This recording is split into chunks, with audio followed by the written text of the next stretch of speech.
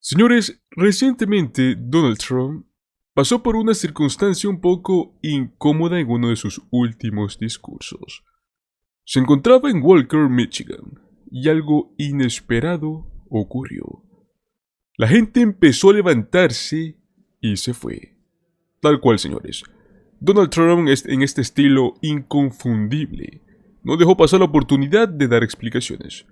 Pero todo esto va mucho más allá de simples sillas vacías. Hoy quiero que hablemos un poco sobre lo que realmente pasó en este discurso, desde sus comentarios sobre el pago de horas extras hasta las referencias a China y a Kamala Harris.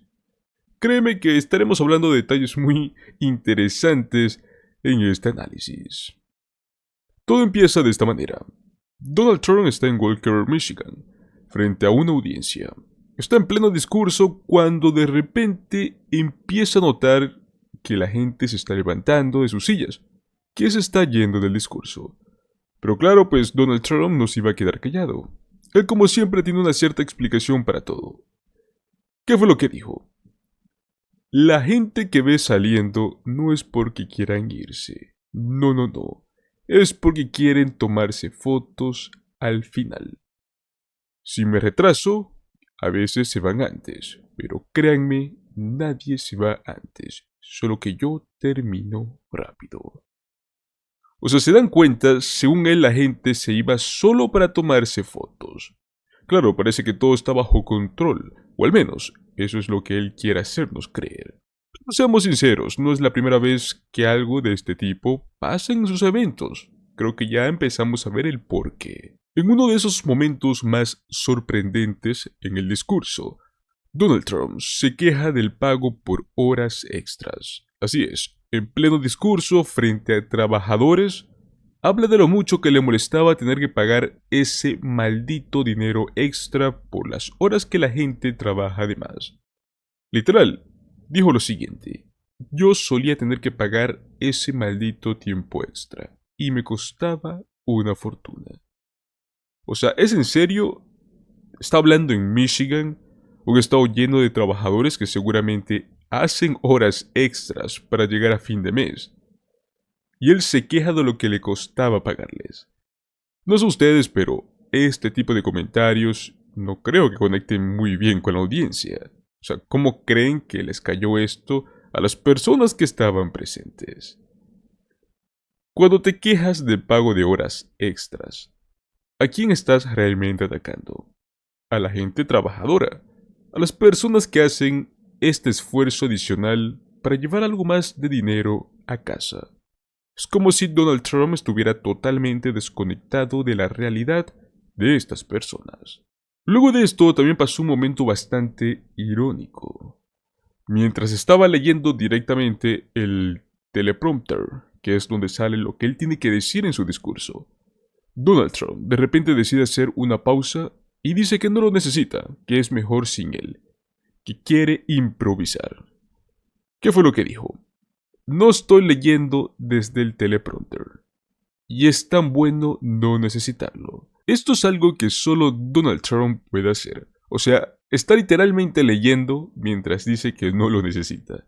Es como si estuviera tratando de convencer a su audiencia de que él es espontáneo, que es auténtico. Pero lo que realmente hace es resaltar que está usando el teleprompter. Es un ejemplo perfecto de cómo intenta vendernos esta imagen de que no es del todo real. Es como si te dijera: no necesito esta receta, mientras cocina con un libro de cocina en la mano. No tiene sentido. Aquí es donde el discurso de Donald Trump empieza a tomarse un poco más preocupante, ¿no? Durante sus comentarios, comienza a hacer algo que ya hemos escuchado antes: insinuar que las próximas elecciones van a ser robadas. O sea, básicamente lo dijo así: si pierdo va a ser porque hicieron trampa. Ya lo está diciendo de nuevo, ya está preparando el terreno para un nuevo ataque al sistema electoral. Señores, esto es peligroso. No solo socava la confianza en las instituciones democráticas, sino que también está incitando desde antemano a su base, para que duden del proceso incluso antes de que ocurra. Recuerden lo que pasó en el año 2020. ¿Será que podría estar intentando repetir este escenario? ¿Qué piensan ustedes? ¿Qué creen sobre este tipo de comentarios? ¿Que son algún tipo de estrategia deliberada de Donald Trump para mantenerse en el poder, pase lo que pase? Bueno, si creíamos que ya lo habíamos visto todo, si es que ya habíamos escuchado todo, Donald Trump también decidió lanzarse contra Nancy Pelosi. Y bueno, pues, como no podía ser de otra manera, en este caso, decidió acusar de vender acciones de Visa antes de que el gobierno anunciara una demanda contra la empresa. Tal cual. Lo que él propone es algo bastante peculiar. ¿Por qué no tenemos un fiscal republicano que investigue a Nancy Pelosi y a sus acciones de Visa? Seguro ya apagaron las cámaras ahora, fue su comentario. Nuevamente, Donald Trump siendo Donald Trump, siempre intentando desviar la atención hacia los demócratas, sin importar lo que está pasando realmente. Yo creo que es bastante curioso cómo usa esta estrategia una y otra vez, pero la pregunta es, ¿funciona? O sea, ¿qué tan eficaz es esto entre su base de seguidores? Porque al menos a primera vista parece más una distracción que una verdadera acusación. Este próximo segmento que vamos a estar hablando también es un poquito insensible realmente.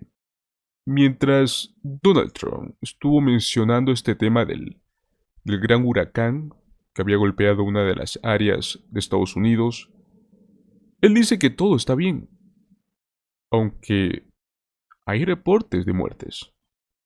Literalmente dijo esto: estamos con ustedes. Todo está bien. O sea, en mi opinión, fueron pocas palabras, muy abiertas, no dijo algo conciso, más que todo porque comenzó a referirse sobre este tema. Esto nos demuestra una desconexión total que él tiene con la realidad. O sea, hay gente que está sufriendo por este desastre natural, y él sale a decir que todo va a estar bien. O sea, creo que es como si no estuviera al tanto, ¿no?, de la gravedad de esta situación. Y creo que eso es algo que él no puede permitirse como un líder. Ignorar el sufrimiento de las personas. Tratar de algún modo de minimizarlo. Luego de esto, pues, Donald Trump se pasó a temas internacionales. Hace una comparación muy extraña entre el presidente Xi Jinping, el presidente de China, con Joe Biden. Básicamente elogia a Xi Jinping por cómo maneja el país, o sea, cómo maneja China, diciendo que Biden debería de aprender de él. Literal lo dijo así: Xi Jinping dirige su país de manera diferente, aunque también persiguen a sus oponentes de forma violenta. O sea, literalmente acaba de elogiar a un líder autoritario mientras comparas a tu propio presidente con él. Eso, señores, es bastante extremo. Solo nos muestra cómo Donald Trump intenta radicalizar su discurso para encender aún más a su base de seguidores. Y bueno, señores, para poder cerrar con broche de oro, Donald Trump también se lanzó nuevamente contra Kamala Harris, diciendo que si ella llega a ser presidenta va a confiscar nuestros autos, nuestras armas, nuestro dinero. Bueno, literal dijo eso, que nos iba a confiscar todo. Los medios de la derecha también atacaron a Kamala por algo tan normal como hablar con Jessica Alba sobre el crecimiento de las pequeñas empresas. Lo hicieron parecer como si fuese algo malo, pero si ves lo que sucedió en aquel momento, se trata de una sola conversación completamente normal. Y bueno, señores, hemos cubierto bastantes temas, creo, en este video, desde la audiencia, que se iba pasando por ataques a Kamala Harris, hasta los comentarios fuera de lugar sobre huracanes, algo bastante sensible. Y lo que queda claro es que este discurso fue un completo caos, contradicciones, ataques sin muchos fundamentos.